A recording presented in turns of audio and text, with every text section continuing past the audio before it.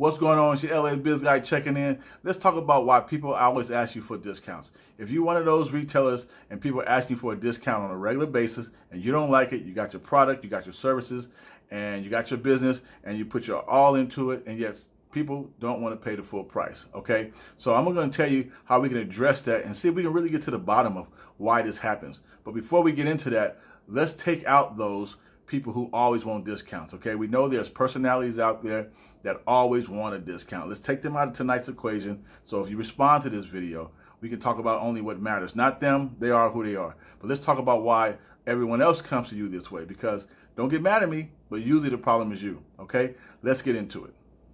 Reason number one, simply because you're there. Sometimes people have no intention of asking for a discount, but they see the manager / owner there. They think it's someone who's in charge who can make decisions, and they become opportunists. That's just the reality about it. Okay, so if you make yourself accessible, which most of us, we have to, it's still a small company. We don't have a lot of employees, so sometimes, or most times, we have to be there. But how you carry yourself can make the difference. If you just identify yourself as a manager who's really not in a position to make calls like that, they won't push. Like I said, someone asks you, just say, hey, look, I'm just a manager, but I'm not here to make those kind of calls. But if you have an aura of saying, hey, and you walk around, because people can tell when someone's in charge, and if it's a small company, they feel like if you got a pop-up or something like that, they're going to assume that you're the owner because you're there. So if you expose yourself like that, you're going to get it, because sometimes, like I said, they don't necessarily plan to do that, but once they see you and they know who you are, they realize your position, and then, like I said, they become opportunists and things like that. So if you don't want that kind of attention, don't let them think that. There's no right or wrong. Just know if you do that, you expose yourself, and they figure that you might be the one to negotiate with. But also, you might just play the role as someone that's in the background that's not in that position, and they won't ask you that. Okay, so that's reason number one. One, just because you're there's no right or wrong. That's just one of the reasons they do that. Reason number two, okay, they say, I would like to discount. I want this. I like this, but it's just out of my budget. Can you come down? No. Well, sometimes they're telling the truth. It's just out of their budget. They may be generally interested. They may be generally want your stuff, and they want to pay. It could just simply be out of their budget. Okay, we cannot discount that. So don't necessarily get mad. They're saying, look, I can't afford your prices, but if you're willing to come down, I'm willing to purchase. That's normal. Don't get mad at them. Like I said, we're not going to talk about the people who just do that anyway. We're talking about the ones who genuinely like your product or your service. They would love to buy. Don't act like we've never been in that position before. We've all been in that position. We've all wanted something, saw something that got us excited and said, that's nice, but out of my budget. It could be clothes, accessory, it could be car, house, whatever. We're all in that position where something is really, truly out of our budget. So don't get mad at those people. And a lot of those people are just that. All right? Number three, pricing strategy.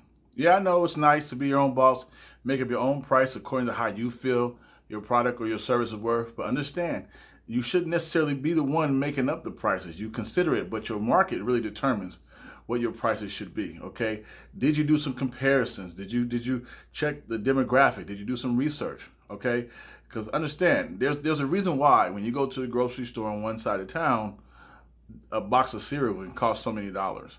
And you go to another side of town, and that same box, that same exact product has a different cost, either higher or lower, depending on the area and the location. Okay, so you have to do some homework. I know a lot of us, we just make up prices, whatever. And then some stuff you can know by, from experience of being around the industry, you know what a good price is, whatever. But just understand, I'm not saying that you're wrong in that. I'm just saying, just make sure that you're familiar with the pricing strategy for your area. Okay, price is not always the same as you cross certain borders in town. Okay, so do your homework. Make sure, if you don't know already from experience, just make sure that you haven't outpriced yourself. And just because some people pay it doesn't mean you came with the right price. It just means that those people didn't mind paying it. Okay, so make sure you're having the right price in your area according to your demographic. Okay, make sure that when you do your homework and you do your price comparison to other companies that sell the same thing or similar things, make sure you haven't outpriced yourself. Okay, make sure according to your homework, according to your investigations, that you are reasonably priced for your market and the demographic in that market. Number four, marketing. What kind of marketing have you done? Meaning that, have you targeted a certain area, a certain demographic that pays the price that you want to pay, that you want them to pay? right? Now, there's two ways you can lose money. If you didn't do the homework, like I mentioned in number 3, right? Two things can happen. If you outprice your people, you lose money because they're not purchasing because they can't afford it. But also, if you underprice, when you do just a blanket marketing, a blanket advertisement, you might hit some people that would have been willing and happy to pay even more. But since your price is low, you lost an extra few dollars that they would have been willing to pay. So that's why it's so important to do your homework. If you're doing Facebook ads or Google ads or any kind of marketing, whenever there's an opportunity to target a particular demographic, a particular audience, a particular neighborhood, a particular average spend or average income, you can get all this information if you do your homework. Then you can target those people, okay?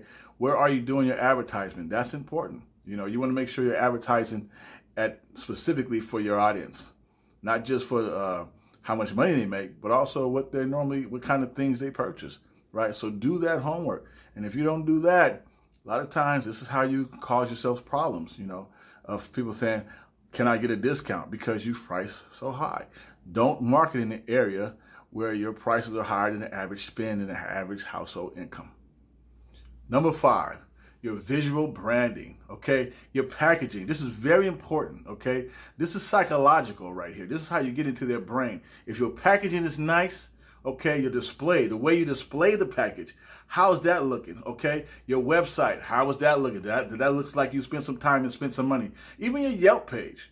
Did you go to Yelp, claim your business page? I'm sure it's on there because they'll put it on there. Did you claim it and then dress it up? Take possession of it, dress it up, make it look nice. All that stuff matters, okay? The store, the building your store is in. Your booth when you're on location, if you're at a farmer's market or some kind of marketplace going on there, everything looks nice. Does your booth just look basic? You got a table and a tent and whatever? Or did you dress it up and make it look nice and inviting? All this gets into people's psyche. So when they walk in, when they approach, they already know, okay, if I come in here, I'm gonna be ready to drop. I gotta be ready to drop some dough. It's a mental thing that you can win that battle before they even get to the register, before they even get to the counter, before they even pull something off the shelf or off the rack. You've already won that battle. We've all been there. We've walked into places like, okay, I see what's going on here. And then this is also very important. This is you. How are you presenting yourself, your attitude, your energy, and how are you dressed? Are you looking the part, right? All these things matter. If you want less people to ask you for a discount, you win that battle up front. All right, you have to hold yourself accountable for all these aesthetics that matter. Okay, your packaging, the way you display your packaging, your websites, your building, your location, all that kind of stuff looks nice, and yourself. All this matter. If you're not doing that properly, that's going to make them think that, okay, they didn't spend a lot. It can't be, if you're in a rundown building, which you may have to start off that way. Don't get me wrong. There's nothing wrong with that. Just understand if the way you start things, the way you present things is going to draw the crowd that you're looking for. And also it might get some people who normally don't do that feel like this is the time to do that, to try to get a discount because how they feel about you, what your branding says to them when they approach your business. Okay?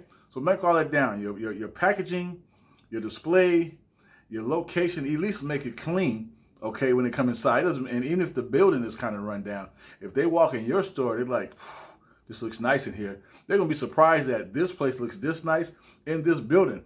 You done already upgraded them. Like, oh, okay, I didn't expect that, but shoot, they done did their thing up in here, right?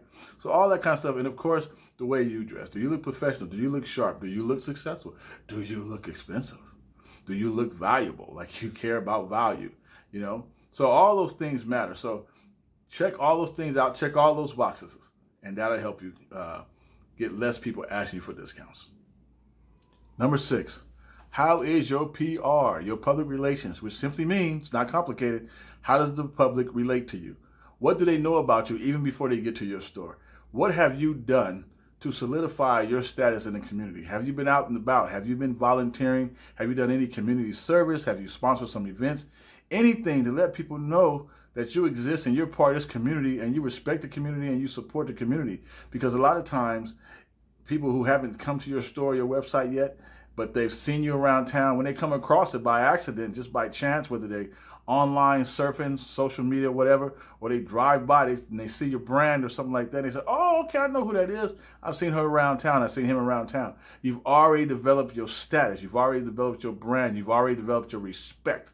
So that game is won by you before they even approach your business, right? They already know what you're about and they respect you already. If you're scarce and they don't know who you are, when they finally do come around, they're gonna be like, I don't know who you are. How do I know that you're going to give me value for my dollar? However, if you've been involved in the community and you step your public relations game up, they already know. And any respect and any status that they have and expectations, it's already there. You've already won that battle.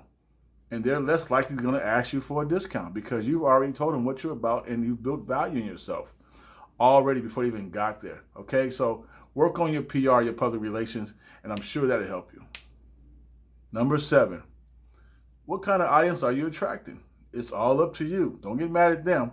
Okay, we know the old saying, we are the company we keep, right? So if you get an audience that you don't like all the time, then you got to remember where you're hanging out. Who are you telling about your business? You know, you're hanging out with a certain audience and you think about letting them know about your business because you want them to become customers, you want to get that money. Remember, you telling everybody, you may get anybody, okay? You need to, if this is a problem for you, then you need to upgrade your circle of friends. Okay, develop a circle of higher value friends or whatever. Otherwise, if you're not willing to do that, you might as well lower your prices. Okay, if you want that good money, you want less people asking you for discounts, then you need to be around a certain audience that does not do that. Okay, it's just simple as that. And one way to do that is upgrade yourself, meaning be around more high value people. All right, because that's what it comes down to, economics. You know, you need your brand, your store, your product to match the economics of the audience, not just any audience, the audience that you have access to. Okay, because there's plenty of audiences out there. All right, but the audience is only yours if you have access to them. Otherwise, your audience is whatever this one you don't like, but that's the only one you know how to reach. That's your audience. So don't get mad at them. They're going to be who they are. It's who you choose to attract to your business. All right, so we are the company we keep, and this is your chance. Now that we've had this conversation, this is your chance to figure out what you want to do as far as your branding and what kind of audience you're trying to draw. Number 8, responsibility. It is not your customer's responsibility to make a purchase. It is your responsibility to make the sale. Okay? You need to build value so they understand why they should pay your prices and so they won't ask for a discount. Now, you might think to yourself, well, I built this as my business. I do what I want. I'm the boss. I don't need to justify my prices. Oh, yes, you do. If you want to make the sale, you need to justify your prices. Everybody's in this for themselves. Remember that. You want to sell so you can make some money, so you can take care of your family and chase your dreams. Well, they got families and whatever their dreams they have, they need to save some money. And so if they're going to spend it, they need to know that they're getting value for their dollar. Okay, so take responsibility of the sale. Don't expect them to be responsible for the buy. Okay, and you will get less people asking for a discount. Number 9, last but not least, perception of value. Okay, people will gladly pay your prices if you can convey a message of value when it comes down to your business or your brand. Okay, you have to ask yourself, what is it about my business that translates into the desired perceived value that I want to get out there? Okay, work on that. Okay, and if you need help, let me help you.